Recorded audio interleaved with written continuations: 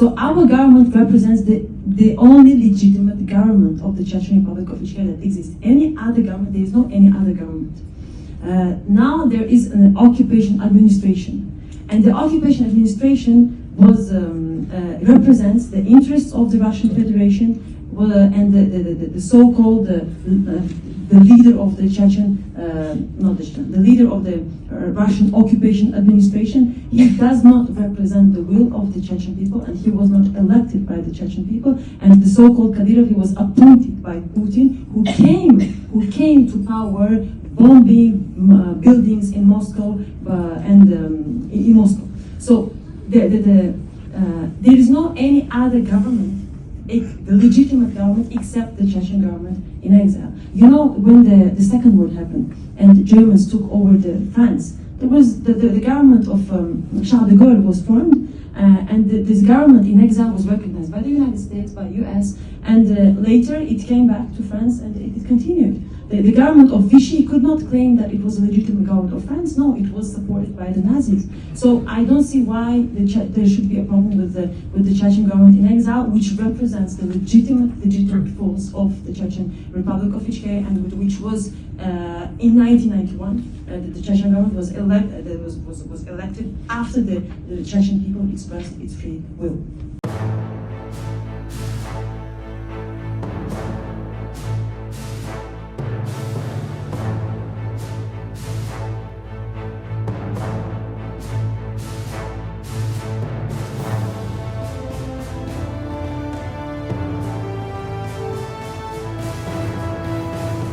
Pleasure for me to be here. I find it important to remind to everyone that Eurasia is the globe's central arena, and North Caucasus is part of this grand chessboard, and Chechnya is part of this grand chessboard. For long, the West has treated Chechnya and the wider North Caucasus as Russia's backyard, and this perspective, unfortunately, did not change even after the collapse of the Soviet Union. And the truth is that North Caucasus holds immense potential to become a valuable and strategic partner for the United States. Positioned at the crossroads of Europe, Central Asia, and the Middle East, the North Caucasus covers 355,000 square kilometers and is abundant in natural resources, including gas, oil, minerals, while also holding vital access to both the Black Sea and the Caspian Sea, along with key pipelines originating from the Caspian Basin. So the region could serve as a gateway for American businesses to enter a promising market, rich in natural resources and human capital. So from energy development to infrastructure, technology, and education, the opportunities for mutually beneficial engagement are vast. And when I say the territory of 355,000 square kilometers, it's a huge territory. It's a territory equal to Germany's size. It's a territory bigger than the United Kingdom. It's a territory bigger than Finland, than Vietnam. So there is a potential there. And we see that potential as a force that represents the Chechen government and the force that represents the pro-democracy aspirations of the North Caucasus. We see that potential, and we're looking also that the United States and its allies will see that potential in North Caucasus. Also, I find it's important to say that at the time when China is rapidly expanding its influence to Central Asia, and the United States cannot afford to ignore the other side of the equation, the North Caucasus offers a strategic alternative, a foothold at the intersection of major geopolitical fault lines, and to effectively counter the growing influence of the China, North Korea, Iran axis, the United States must reinforce its presence in North Caucasus. Supporting democratic forces and fostering partnerships in the region is not only a strategic necessity, it's a long-term investment in regional stability, security, and defense of shared democratic values. Russia, we're talking about Russia. Russia, like China, is an authoritarian state that seeks greater power, expanded global influence, and absolute control. Its ambition is not partnership, but domination. This is precisely why Russia has launched wars in Chechnya, Georgia, Syria, in Ukraine, in a deliberate effort to reclaim imperial control and undermine international security. This is why some Russian officials, even today, claim that theoretically the so-called USSR jurisdiction remains in effect. And this shows exactly that a broader imperial mindset that directly contradicts US values and strategic interests. Russia's authoritarian ambitions and expansionist policies are fundamentally at odds with democratic governance and regional stability, and that is why Russia is not and cannot be an ally for the United States and to the United States. Also, the United States needs allies that uphold democratic principles, respect the rule of law, support American foreign policy objectives, and contribute to long-term security and stability. The North Caucasus, with its pro-democracy aspirations and resistance to authoritarian rule, represents exactly the kind of strategic partner the US should support. In this context, forming alliances with democratic forces in the North Caucasus, like the Chechen government in exile, led by the Prime Minister of Akhmed Zakaev, is not just desirable, it is essential. So I think it's very important to support for the mutual benefit of the United States and the North Caucasus, and for the mutual benefit of everyone, and for the long-term peace, building peace in the region. It is important to support the pro-democracy movements and the governments that are in North Caucasus that will help to solidify the position of the United States and its allies in Eastern Europe and in general in Europe. Thank you very much, Asset. We also have a question from auditory later, and you mentioned a very important issue about this axis of authoritarian regimes of such-called Russian Federation. We know that it's not real federation, it's a colonial empire, People's Republic of China, Iran, and North Korea. And I want to ask next question for the future representative of future independent Buryatia, which will have neighbors probably not with something which could be the part of new or old Russia, but also with something that could be a part of new old PRC. But we hope it will be Manchuria, not PRC also. I wanted to first thank my dear friend and brother Oleg for his tireless effort, and we have been with him in many different areas of the world, and with his endless campaign to help Ukraine and to talk about the breakdown of the Russian Federation. I'm very proud of you, and I will do anything I can do in the future to help you out. I and many Circassians on your side. I wanted also to thank Margarita for this style of conference. It's really great the way it's done. It's more informative, and it conveys the idea easily and in a more practical way. And just please remember that it was the Jamestown Foundation who introduced the Circassians, who opened the doors for us back in 2007, and having a conference in Washington, D.C. in July of 2007. It was called Circassians Past, Present, and Future, during which Paul Gogol grabbed me on the side and told me magic words at the time. He said, there will be Circassia. In this 5 minutes, I would like to just give you briefly, for the ones who don't know, who are the Circassian and what is Circassia and what is the North Caucasus.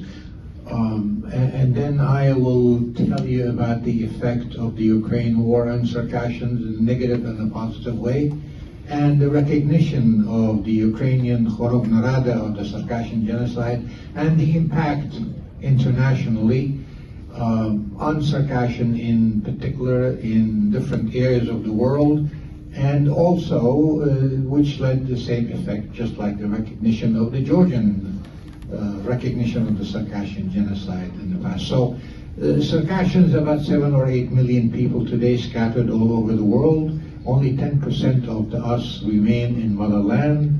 The rest live in Turkey, Syria, Jordan, Israel, Europe, and different poorest places of the world. We were the first genocide in modern times to occur, and it was not defined at the time by genocide until it was defined later on in the United Nations by Human Rights Commission. What is the definition of the genocide? And of course that fell into the actions of Russia against Circassian that killed about 65, 70, 80% of the population, pushed the rest of them into forced exile. Many of them perished on the way. At the time, Circassians were about 2.5 million people. Turkey, as a geography, as part of the Ottoman Empire at the time, was 7 million people. Circassians were 2.5. Turkey today is about 85 million people. We don't even know the accurate number or the accurate population of Circassians today. We're estimating about 7 to 8 million people. Scattered all over the world, we were able to build our organizations, to preserve our language, to preserve our culture, and become aware of our history just recently, and become aware of the need for us to continue as a nation, as a people connected to our motherland that actually gave us the identity as Circassians. In the past couple of years, year and a half, 2 years, many important things happened. One of them is the Ukrainian Parliament recognition of the Circassian genocide. Literally, that recognition created a wave among Circassians, mainly in Turkey and in the Middle East and in different areas, that put the majority of Circassians on the side of Ukraine. Here's a nation who's fighting Russia, just like we did for 101 years, now comes in and recognize our tragedy and also recognize our right to exist. So this is one of the best things that ever happened in the Circassian history, along with the Georgian Parliament recognized of the Circassian genocide years ago. What this did to Circassians also is that it raised the nationalistic feeling. It raised the aspirations and the attachment to the motherland. Now they have become aware that this is the hero of the world today, Ukraine, who's fighting for freedom and the integrity of the land of Ukraine against one of the mightiest and cruelest empires of the world. Now it is recognizing our genocide. That means we as Circassians need to get together and also take a similar stand toward our future in cooperation with the people who are fighting Russia. So this has been essential for us. How this is clear is a very interesting thing. Syria has a population of Circassians somewhere between 200,000, 250,000. Since 1864 until now, no Circassian in Syria was able to raise the Circassian flag any place. No Circassian was able to talk about Circassia any place, because for the largest part Syria was friendly or under the control of then the Soviet Union, later on the Russian Federation. So Circassians and their organization in Syria were under the control of Russia. The Assad regime fell. Russia is out of Syria. Within days, Circassians were able to hold demonstrations in the streets of Damascus. For the first time since 1864 until now, raising the Circassian flag and asking the rights of Circassians in Circassia. So, did the war of Ukraine affect Circassians? Yes. Did the war of Ukraine give Circassian momentum? Yes, that's in a positive way. Unfortunately, this is a tragedy for Ukraine, the suffering, the killing, and the war. But it had, so this has been essential for us. How this is clear is a very interesting thing. Syria has a population of Circassians somewhere between 200,000, 250,000. Since 1864 until now, no Circassian in Syria was able to raise the Circassian flag any place. No Circassian was able to talk about Circassia any place, because for the largest part Syria was friendly or under the control of then the Soviet Union, later on the Russian Federation. So Circassians and their organization in Syria were under the control of Russia. The Assad regime fell. Russia is out of Syria. Within days, Circassians were able to hold demonstrations in the streets of Damascus. For the first time since 1864 until now, raising the Circassian flag and asking the rights of Circassians in Circassia. So, did the war of Ukraine affect Circassians? Yes. Did the war of Ukraine give Circassian momentum? Yes, that's in a positive way. Unfortunately, this is a tragedy for Ukraine, the suffering, the killing, and the war. But it had its vibrating effects throughout the world today, and especially among Circassians. How this is important for the region and for the Circassians and the Ukrainians, and what benefit can be done out of this. Remember, Russia was able to become the evil empire that it had become since the Tsar's time during the Soviet Union and until now, is by having access to the Black Sea. They wanted to build their navy.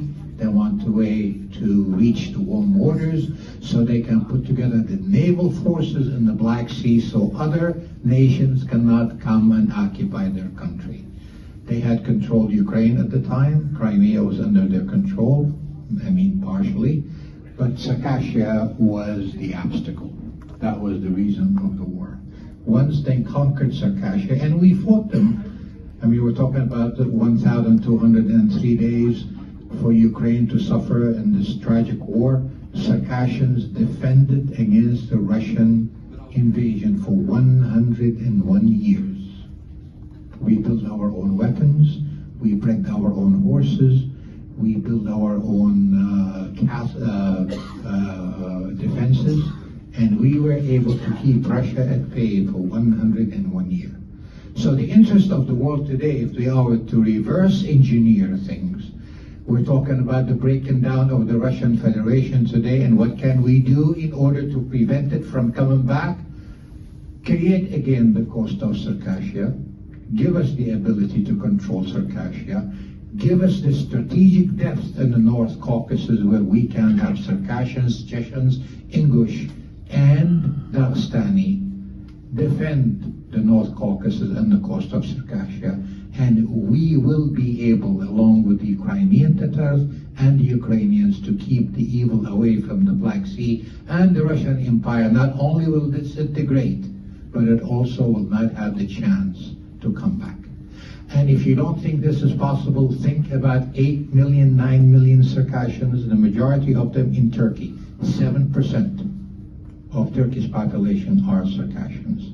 These guys are waiting, among other nations in Turkey, from the North Caucasus, Chechen, Dagestanis, Circassians, and Ingush, in order to be able to reestablish a foothold in the North Caucasus that can prevent Russia from accessing the Black Sea and can guarantee in the future, without exception, that the evil empire will not come back again and force us to be active and hold conferences and meetings and talk about the evil Russia. We know what Russia is. No one suffered from Russia as much as we did. And the most important element for Russia today is the North Caucasus. They know if they lose this, they have no chance of surviving. Not now, not in the future. They know that eventually they will lose the Ukrainian war. They know that they will not be able to harass any other nations. So that's the opportunity we need to have.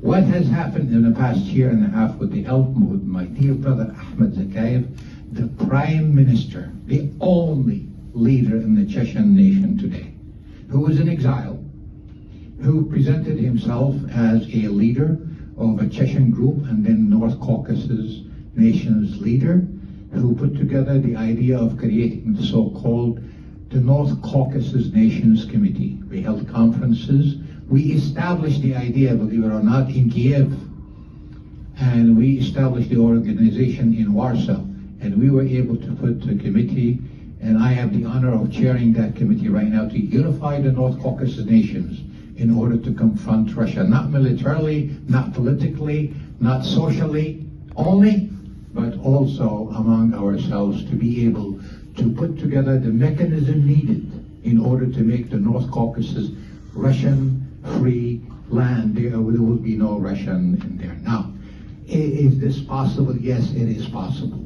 I tell you that during the first Chechen War, the population of Russians in Chechnya were about 35 to 40% of the population. The Russian war started. Kadyrov right now is a proxy of Moscow. He is in Chechnya. But guess what is the good side of this whole entire thing since the beginning until now? Not a single Russian person today lives in Chechnya. And if that happens throughout the North Caucasus, then the North Caucasus will be free from the Russians.